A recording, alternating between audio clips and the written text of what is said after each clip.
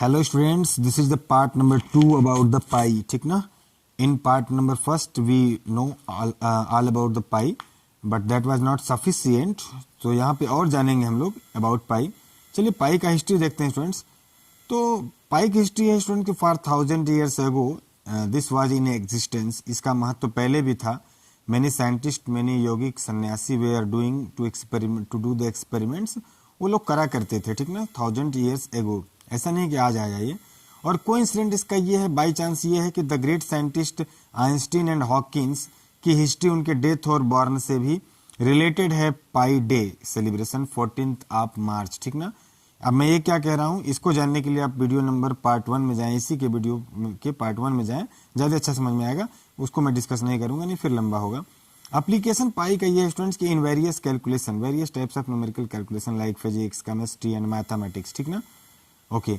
Origin पाई की कहां से हुई? ऐसा मानते हैं कि फ्रॉम द व्हील डिस्कवरी, जब पहिए का आविष्कार हुआ तब से मानते हैं कि इसकी डिस्कवरी हुई. अच्छा, आप कहोगे कि इससे इसका क्या रिलेशन है?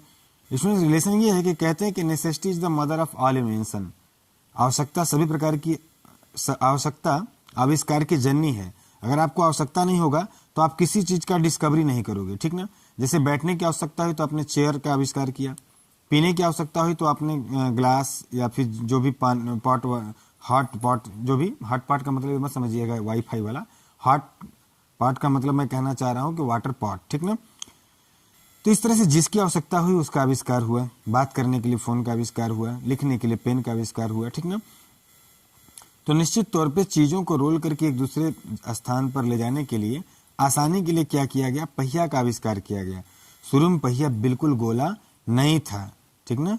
बिल्कुल स्फेरिकल सर्कुलर नहीं था. कारण ये था क्योंकि सी और डी का रेशियो कांस्टेंट नहीं था. ये क्या कह रहे हैं स्टूडेंट? हम ये कहना चाह रहे हैं कि जब पहिया बनाया गया तो बिल्कुल परफेक्ट गोला नहीं बनाया गया. ठीक ना. उस जमाने में मानव की सिविलाइजेशन की शुरुआत की बात करें, in the dawn of the civilisation of human. ठीक ना. तो शुरुआत में जब लोगों ने देखा कि प्योर गोला नहीं था तो सामान easily was not transporting from one place to another place. इस समस्या को दूर करने के लिए लोगों को लगा कि प्योर गोला कैसे हो. तो फिर इसके लिए लोगों ने प्रैक्टिकली ऐसे ही देख लिया कि जब सर्कमफ्रेंस और डायमीटर का रेशियो कांस्टेंट आता था, जब जितनी बार कांस्टेंट आया वो बिल्कुल परफेक्ट सर्कुलर बन गया. बात समझ रहे हैं ना. एकदम सर्कुलर बन गया. आप ये समझ लो कि किसी भी प्योर स्फेरिकल फिगर को, किसी भी प्योर स्फेरिकल ऑब्जेक्ट को लो, उसका डायमीटर नापो, उसका सर्कमफ्रेंस नापो, उनका रेशियो करो, आप देखोगे कि वो हमेशा कांस्टेंट आएगा. ठीक है. So to be pure spherical of any circles, whether bigger or smaller, the ratio of C and D must be constant. Pure spherical होने के लिए C और D का रेशियो क्या होना चाहिए? कांस्टेंट होना चाहिए. कह सकते हैं कि पाई क्या है? कांस्टेंट है. अगर पाई की वैल्यू कांस्टेंट है, बट हाउ मच है? कितनी? कांस्टेंट तो है लेकिन कितनी है? आइए देखिए कितनी है. Exact value of pi, pi की exact value still we don't know, हमें आज भी नहीं पता है. सुपर कंप्यूटर भी है. ठीक ना. सरेंडर मैंने लिखा हुआ है. ठीक ना. सुपर कंप्यूटर भी इसकी वैल्यू पता करने में सरेंडर हो गया, हार गया, नहीं लगा पाया पता. मैनी साइंटिस्ट, बहुत सारे वैज्ञानिक पास अवे, बेचारे पता नहीं लगा पाए, पास अवे हो गए यहाँ से. ठीक. Value of pi very important है ना.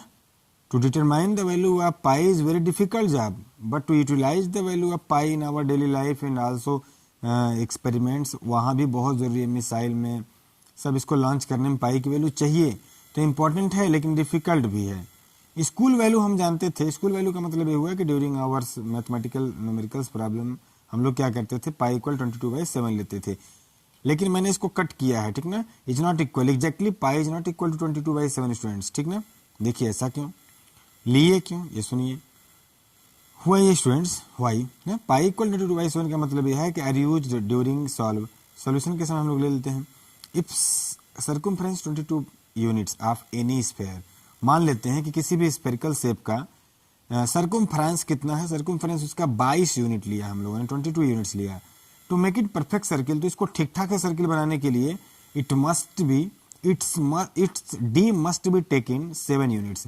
तो इसका डायमीटर आपको कितना लेना चाहिए? निश्चित तौर पे 7 यूनिट लेना चाहिए. सो वाई पाई इक्वल C/D. मतलब अगर आप कभी भी किसी स्फेरिकल को नाप के देखोगे, अगर उसका सर्कमफ्रेंस 22 है तो इसका डायमीटर पक्का 7 होगा।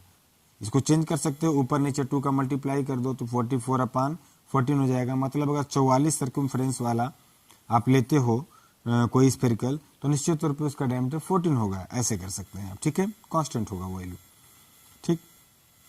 तो पाई की वैल्यू कितनी, ऑलमोस्ट मान के चलते हैं, रामानुजन ने जो बताया था 3.142857142886, ये क्या 22/7 की वैल्यू है जो रिपीट्स होता है, जबकि अप्रोक्सीमेट वैल्यू पाई की नॉट रिपीट्स, वो रिपीट्स नहीं होती है, मतलब पाई इक्वल 22/7 नहीं होता है एग्जैक्टली, ठीक है। पाई की वैल्यू कितनी होती है स्टूडेंट, बहुत बड़ी होती है, पूरा हम लिख भी नहीं पाएंगे, 3.14115926 पता नहीं dash dash dash dash. Super computer भी फेल हो गया। सुपर कंप्यूटर क्या किया, डिसिमल के बाद 5 ट्रिलियन तक वैल्यू बताया, उसके बाद फिर उसको पता चला कि फिर भी value of pi is still incomplete. ये हाल रहा कंप्यूटर का, ठीक है, इतनी बड़ी वैल्यू होती है, सोच लीजिए आप, ठीक है। अच्छा, ये उसका इतिहास रहा स्टूडेंट। पाई का रिप्रेजेंटेशन आप जानते होंगे कि पाई को ऐसे रिप्रेजेंट करते हैं, ये स्टूडेंट ऐसे ऐसे, मैंने ऊपर वैसे लिखा था, ऐसे भी स्टूडेंट करते हैं। तो एक इसकी यौगिक हिस्ट्री ये है, वैदिक हिस्ट्री ये है पुराने ज़माने में, कि जब हवन यज्ञ किया जाता था तो एक तरफ ऐसे चौक बनाते थे और एक तरफ ऐसे बनाते थे, उन दोनों को मिलाया गया, ठीक ना।